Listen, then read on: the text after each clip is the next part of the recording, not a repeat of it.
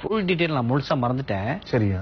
ஆனா ஒரு தாய், புதுசாக பிறந்த குழந்தை, பால் குடிக்கிற குழந்தை, அப்புறம் இன்னொரு ஒரு பெரிய பிள்ளை. சரியா. இந்த 3 பிள்ளையும் இந்த தகப்பன் என்ன பண்ணா அந்த தாயை போட்டு அடின்னு அடிச்சு கொன்னுட்டு 3 பேரையும் உயிரோட புதைச்சிட்டான். சரியா. அப்புறம் ரொம்ப நாட்கள் கழிச்சு அந்த பக்கம் எங்க இந்த குடும்பத்தை காணுமேன்னு எல்லாருக்கும் சந்தேகம் வந்திருக்கு. இந்த புருஷனை கேட்டா எங்க ஊருக்கு போயிட்டாங்க சொல்லிட்டு இருந்தாப்ல. சரி, ஊருக்கு போயிடவங்கள இருக்கு. 1 மாசம் ஆயிடுச்சு நினைக்கிறேன். இதுல எகிப்துல நடந்த உண்மையான சம்பவம். சரியா. அப்புறம் ஒரு தோட்ட பக்கம் நடந்து போகும்போது அழுகிற சத்தம் கேட்டுக்குது. சரியா. சரி, ஏதோ பேய் பிசாசுங்க தான் நடமாடுதுன்னு எல்லாம் நினைச்சிட்டு பயந்து ஓடி இருக்காங்க. சரியா. அவரோட தொடர்ச்சியா ஒரு மாதிரி அழுகிற சத்தம் கேட்கும் போது கிட்ட போய் பார்த்துருக்காங்க. நிச்சயமா அழுகிற சத்தம் கேட்குது. சரியா. சரி, அந்த குழி தோண்டி பார்த்தா அந்த 2 பிள்ளைங்களும் உயிரோட இருந்திருக்குங்க. சரியா.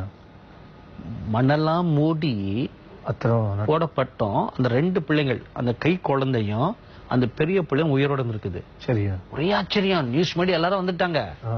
வந்துட்டு இப்ப கேக்குறாங்களா, நீங்க 2 பேரும் எப்படி உயிரோட இருந்தீங்கன்னு. அந்த பெரிய பிள்ளை ஒரு அதிர்ச்சி ஊட்டும் ஒரு சம்பவம் சொன்னிச்சான். என்ன சம்பவம்? முஸ்லிம் குடும்பம். எங்க அப்பா தான் கொண்டுட்டான்னு சாட்சியெல்லாம் சொல்லிட்டு டெய்லி ஒரு ஆள் வருவாரு.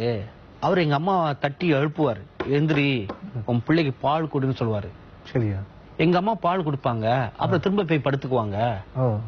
எங்க அம்மாவுடைய பாலை தான் நாங்க 2 பேரும் குடிச்சு நான் இந்நாளுக்கும் உயிரோட இருக்கிறோம். சரியா. ஒரு ஆள் வந்தானா, நீங்க 2 பேரும் மண்ணுக்குள்ள இருக்கீங்க. ஆமா, மண்ணுக்குள்ளதான் இருக்கிறோம். ஆனா ஒரு ஆள் வந்தாரு. சரி, இந்த ஆள் எப்படி இருப்பாரு? அந்த ஆளு நல்ல கொஞ்சம் வாட்டர் சட்டமா, வெள்ளங்கி தரித்தவராக, அவர் கொஞ்சம் தோள்பட்ட வரைக்கும் முடி, தாடி. இத கேட்டிருக்கும் போது ஆச்சரியப்பட்டு அதுல இருந்து ஒரு எகிப்து நாட்டை சேர்ந்த ஒரு கிறிஸ்தவ ஆட்சி கட்டுட்டு ஆண்டவராகிய இயேசு கிறிஸ்துவோட வரைபடத்தை காமிச்சாங்க. இந்த மாதிரியா இருப்பாரு. இவரேதான். கரெக்டா. டெய்லி ஆண்டவராகிய இயேசு கிறிஸ்து அங்க தரிசனமாகி அந்த தாயார உயிரோடு எழுப்புவாராம். எழுந்து உன் பிள்ளைக்கு பால் கொடு அப்படின்னு.